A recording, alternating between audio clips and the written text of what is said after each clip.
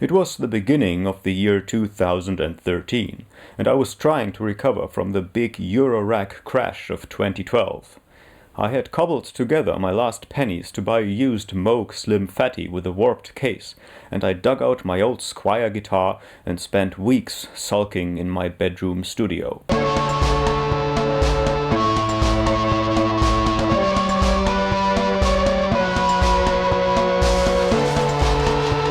But then a truly magical thing happened that would turn my life around. I received a message from Bob Dylan.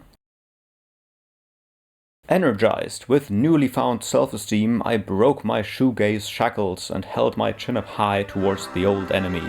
"Modular synthesis," I yelled, "you have not defeated me yet." So yeah, I looked around what else was there on the modular synth market and found the Anywhere Instruments Tinysizer, a small, pre-configured but fully featured modular synthesizer from Germany. It had a MIDI interface and all necessary functions to create a wide variety of sounds without the troubles of having to configure it myself or to expand it. Like I said, back then there weren't as many online resources about that stuff yet as there are nowadays, so starting with modular synthesizers was a lot more difficult and trial and error based. Luckily though, the Tinysizer was exactly what I needed and I could incorporate it into my setup from the get-go.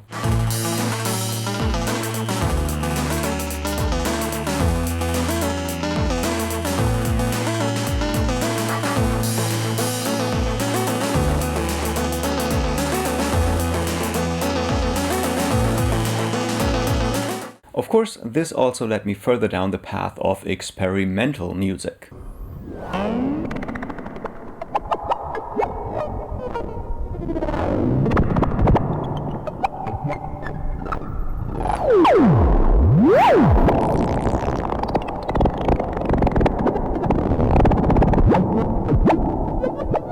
And ultimately, after collecting modular synth experience for a few months, I did choose to expand the Tinysizer with the Eurorack modular.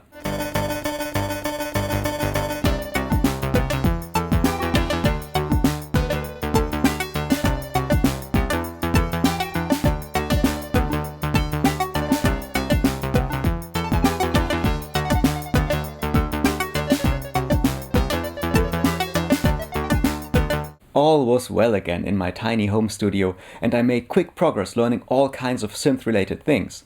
I ditched the computer DAW in favor of a Yamaha AW1600 audio workstation, which was huge and heavy but awesome, and I coupled that with the MPC and a Tenori-On for MIDI sequencing. Of course, I also made a HOWIJAM video about this setup.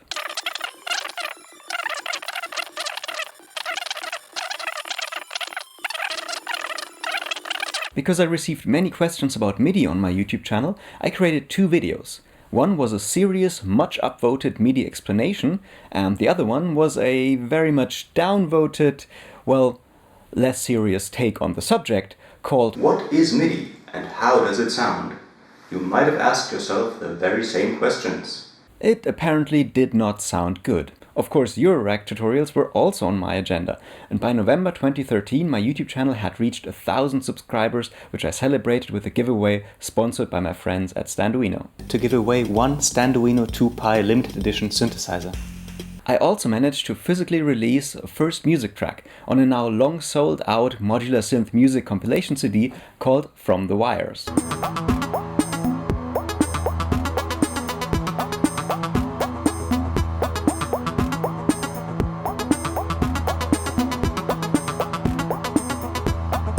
And to top it all off, I also released my first proper digital Bandcamp EP called Jingle Synths at Christmas.